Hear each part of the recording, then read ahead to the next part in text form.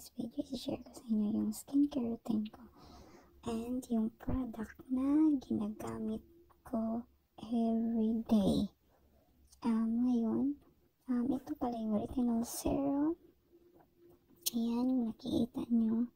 Ayan, yung retinol serum and yung moisturizer. And so, yung retinol serum ay anong meron is, siya, antioxidant, reduce wrinkles, tightens and tones skin, smooth and radiant complexion. So, naintindihan nyo ba ibig sabihin nun? Ako hindi. Cherries.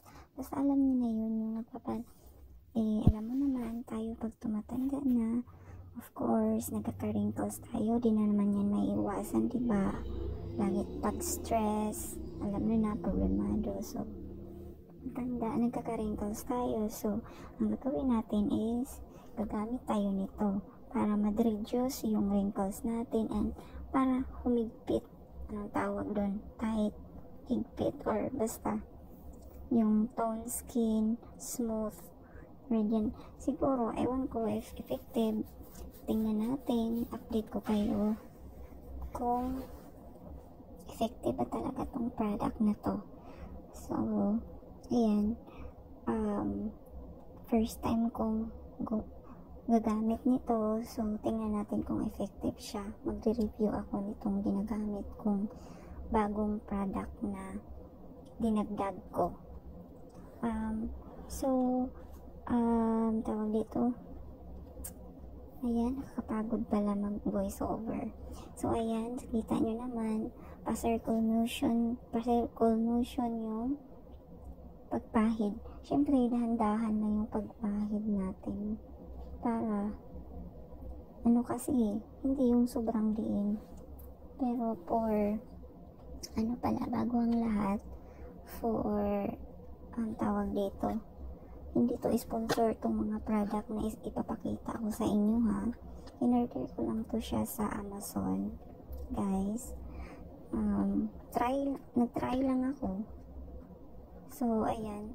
Yung dati talaga, wala pa to ang ginagamit ko. Yung skincare routine ko ay yung lang. May serum ako pero ibang klase yun. Sa Korea na Tapos, yung nagamit ko, moisturizer, always talaga yan.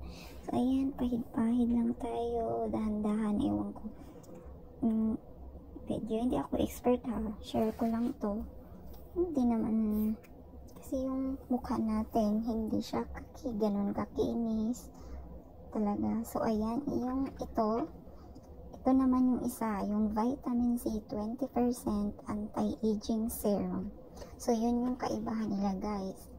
Ito naman, pwede siyang gamitin ng panggabi and pang-araw, day and night. Plant-based po siya and natural siya. Amino blend, anti-wrinkle din, antioxidant din, and ayun, may pasensya na, maputi talaga yung kilikili natin. So, ayan, buksan na natin. So, ayan.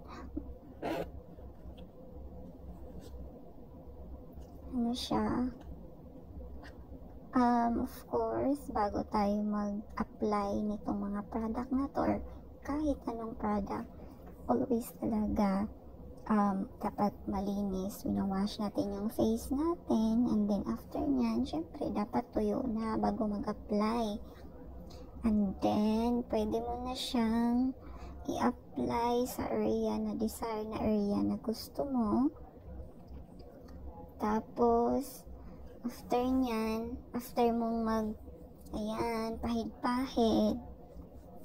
Yan, after nyan magpahid-pahid, pwede mo nang, pag ikaw gumagamit ka ng moisturizer, pwede mong gagamitin yung moisturizer after nito. Pero of course, dapat, na siya, dry na.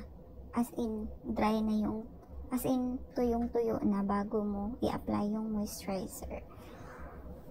Yan lang naman yung skincare routine ni Inday every night and day. Pero pwede din siya, yung isa, pwede din siya umaga. Pero ako, ko gabi lang. So, ayan naman, next natin is yung moisturizer. Itong Myra na, guys, hindi to sponsor itong mga hindi to sponsor itong mga product ha, na pinapakita ko. Yung moisturizer talaga, matagal na akong user ng moisturizer, guys. Hindi talaga pwedeng wala akong moisturizer, as in. And after mo maglagay ng moisturizer, kunyari, sa daytime, pwede nang maglagay ng makeup. Patungan mo na ng makeup. Yun. So, ayun na guys. Tapos na si Inday. Pwede nang magtulog. Pwede nang matulog. So, yun lang naman yung may-share ko. And thank you for watching guys. And puro end. Basta yun lang. See you in my next vlog. Bye!